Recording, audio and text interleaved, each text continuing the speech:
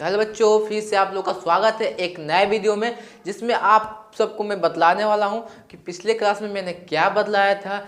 जो बच्चे मेरे पिछला वीडियो नहीं देखे हैं या जो मेरे दोस्त मेरा पिछला वीडियो नहीं देखे हैं पहले वाला, जिसमें मैंने बतलाया था कि कौन कौन ऐसा टॉपिक है जो 5 अंक के प्रश्न में ज़्यादातर एग्जाम में आते हैं। ठीक है बच्चों, अगर नहीं देखे हैं तो जाइए हमारे चैनल पर, उस वीडियो को देखिए और समझिए कि उसमें आप लोग को पढ़ना क्या है, मैथ का तैयारी कैसे करना है और कौन कौन से वैसे टॉपिक हैं जो 5 अंक के प्रश्नों में आते हैं। उसी सब को आज हम लोग सीखने वाले हैं। तो मैंने पिछले वीडियो में अपने बतलाया था कि 5 अंक के जो प्रश्न होते हैं इसमें ज़्यादातर 6 चीज़ें आती है। पहला आता है ग्राफ, ठीक है बच्चों, पहला होता है ग्राफ। दूसरा क्या होता है? दूसरा होता है रचना, किसी भी चीज़ का रचना। और 3 नंबर क्या होता है? 3 नंबर होता है चैप्टर नंबर 8, जिसको बोलते हैं लोग त्रिकोणमिति। चौथा चीज़ क्या आता है? चौथा चीज़ चैप्टर नंबर 9, जो त्रिकोणमिति से ही रिलेटेड है, हाइट और डिस्टेंस, हाइट एंड डिस्टेंस। पांचवा टॉपिक हम लोग का क्या है? पांचवा टॉपिक है चैप्टर नंबर 14, माध्य, माध्यिका और बहुलक। ठीक है बच्चों। और छठवां टॉपिक क्या है? छठवां टॉपिक है भिन्न। ठीक है बच्चों, भिन्न। और एक और उसमें छूट गया था, उसमें एक चीज़ मैंने बतलाना भूल गया था कि एपी से जो चैप्टर नंबर 6 है, 7वां नंबर, चैप्टर नंबर जो 5 है एपी से भी कभी कभी क्वेश्चन आ जाते हैं 5 अंक के प्रश्न। तो ये भी चैप्टर बहुत ज़रूरी है। अगर 5 अंक में नहीं आते हैं तो 2 अंक में कंफर्म 5 ये एपी से आते हैं। तो आज से हम लोग का चालू होने वाला है सीरीज ग्राफ का। ग्राफ हम लोग 2 या 3 वीडियो में ग्राफ को ख़त्म कर देंगे लोग। वीडियो बहुत ही छोटा छोटा होगा, वीडियो ज़्यादा लंबा नहीं होगा, जिससे आप लोग का टाइम भी बचेगा और आप जल्दी से जल्दी ग्राफ को बनाना सीख लेंगे। ठीक है बच्चों। तो ग्राफ को एकदम बेसिक से ग्राफ को एकदम बेसिक से चालू करते हैं हम।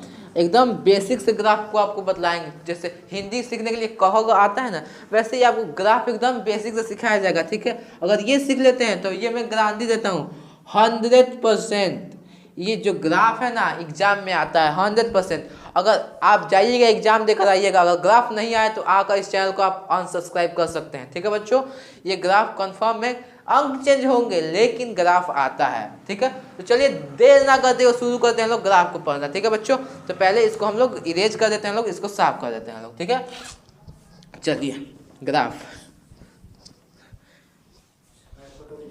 में क्या क्या होता है वो मैं आप लोग को बहुत ही अच्छे से बतलाऊंगा। तो ग्राफ, चलिए जैसे देखिए ग्राफ क्या होता है। ग्राफ, ठीक है, इसको एक जैसे एग्जाम में देखिए आपको क्या पूछता है। क्वेश्चन एक दे देगा समीकरण, ठीक है, एक समीकरण दे देगा, कुछ ऐसे दे देगा x + y = 12, एक और दे देगा x - y = कुछ अंक दे देगा, जैसे मैंने 18 दे दिया। ऐसे 2 समीकरण दे देगा, कहेगा इसको ग्राफीय विधि से या आलेखीय विधि से सॉल्व करें। कैसे? पहला क्या कहेगा? पहला अगर क्वेश्चन पूछेगा तो क्या पूछेगा? पहला पूछेगा ग्राफीय विधि। ठीक है बच्चों, ग्राफीय विधि।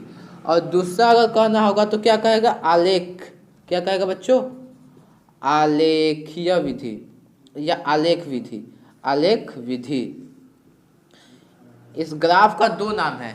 आप ग्राफ विधि, ग्राफीय विधि कहिए या आलेखीय विधि, दोनों का नाम एक ही होता है। जैसे कोई लड़का हो गया, उसका नाम संजीत है या सुमित है, इसमें कोई अंतर नहीं है, क्योंकि देखिए लड़का तो भाई एक ही है। ठीक, अब कोई प्यार से उसको संजीत कहेगा या कोई प्यार से उसको सुमित कहेगा, उसमें कोई दिक्कत नहीं है। वैसे ही ये ग्राफ है, ग्राफ का 2 नाम है। पहला क्या नाम है? पहला नाम है ग्राफीय विधि और दूसरा नाम है आलेखीय विधि। ठीक है बच्चों, तो एग्जाम में कोई भी कहेगा, आपको कंफ्यूज नहीं होना है, चाहे वो ग्राफीय विधि कहे या आलेखीय विधि कहे। तो चलिए देखते हैं लोग इसको सॉल्व कैसे करना है। आज इसके बारे में बहुत ही बेसिक चीज़ें बात करेंगे लोग, उसके बाद जो नेक्स्ट में बात करेंगे लोग अगले क्लास में बहुत ही विस्तार से, फिर उसके बाद और विस्तार से, मतलब 2-3 वीडियो बनेगा ग्राफ का, बहुत छोटा छोटा, आपको ग्राफ बहुत ही अच्छे से समझ में आएगा। तो चलिए इसके बेसिक से चालू करते हैं, इसके शुरुआती दौर से कैसे ये, इसमें क्या क्या आप लोग को जानना जरूरी है।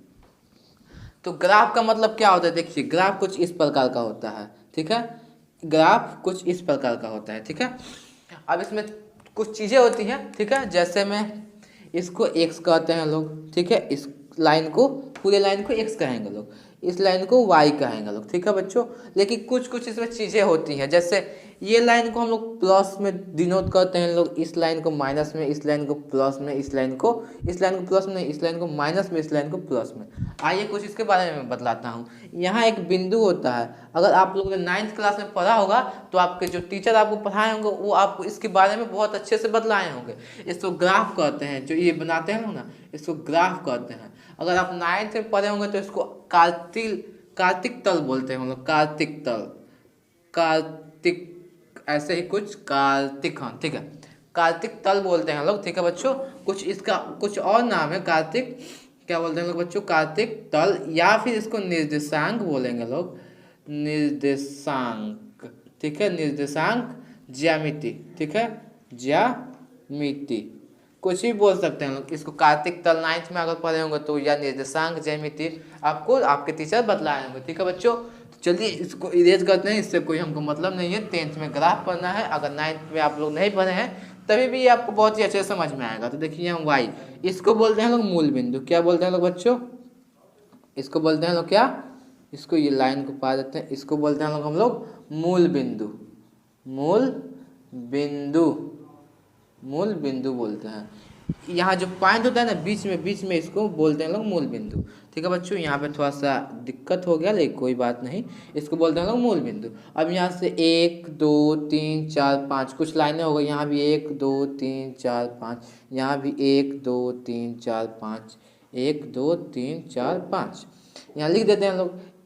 नीचे देखिए माइनस है ना, तो यहाँ माइनस का 1, माइनस का 2, माइनस का 3, माइनस का 4, माइनस का 5।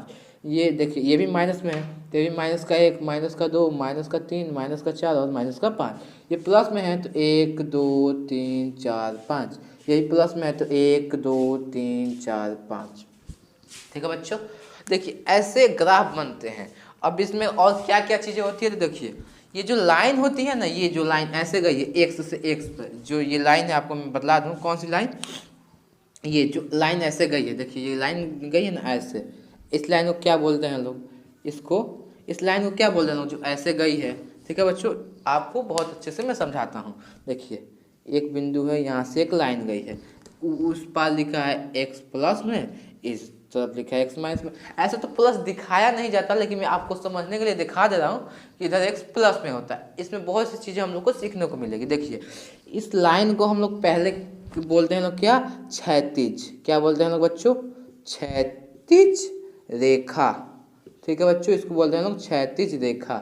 एक और नाम है इसका, इसको बोलते हैं लोग, x है ना x, तो इसको बोलेंगे लोग x अक्ष, x अक्ष बोलते हैं लोग, ठीक है बच्चों। क्या बोलते हैं लोग हम लोग इसको, x अक्ष बोलते हैं लोग, क्या, क्षैतिज रेखा या x अक्ष, ठीक है। ये दोनों इसका नाम है। और जो ये लंबा, ये जो सीधा लाइन है जो यहाँ से ऐसे पड़ा हुआ है, ये यहाँ y प्लस में और यहाँ y माइनस में, इसको ऊर्ध्वाधर बोलते हैं लोग। क्या बोलते हैं लोग, ऊर्ध्वाधर बोलते हैं लोग। इसको एक और नाम से बोलते हैं लोग, इसको बोलते हैं लोग y अक्ष, क्योंकि इसमें y है। इसको क्या बोलते हैं लोग, y अक्ष या ऊर्ध्वाधर, ठीक है बच्चों। आपने ये जान लिया कि इस लाइन को क्या बोलते हैं लोग, क्षैतिज या x अक्ष, इस लाइन को क्या बोलते हैं लोग, ऊर्ध्वाधर या y अक्ष, ठीक है। अब यहाँ जो एक बिंदु होता है इसको बोलते हैं लोग मूल बिंदु। क्या बोलते हैं लोग, मूल बिंदु। यहाँ x और y का मान क्या होता है, इस बिंदु पर ना हमारा x भी क्या होता है, 0, और यहाँ y भी क्या होता है, 0, इसलिए इसको लिखते हैं लोग 0,0। कभी अगर आपके एग्जाम में आ जाए कि मूल बिंदु का निर्देशांक क्या होता है, क्या आएगा, मूल बिंदु का निर्देशांक, मूल बिंदु का निर्देशांक क्या होता है, तो आप उसको कहिएगा कि भाई मेरे मूल बिंदु का निर्देशांक होता है 0,0। क्या होता है, 0,0। मूल बिंदु का क्या होता है, निर्देशांक होता है, ठीक है। आपने क्या जाना कि मूल बिंदु जाना, x अक्ष और y अक्ष जाना। इसमें होता है कि मान, जैसे इसको चतुर्थांश बोलते हैं लोग, ये पहला चतुर्थांश होता है, ये दूसरा चतुर्थांश, ये तीसरा चतुर्थांश होता है, और ये चौथा चतुर्थांश होता है, ठीक है बच्चों।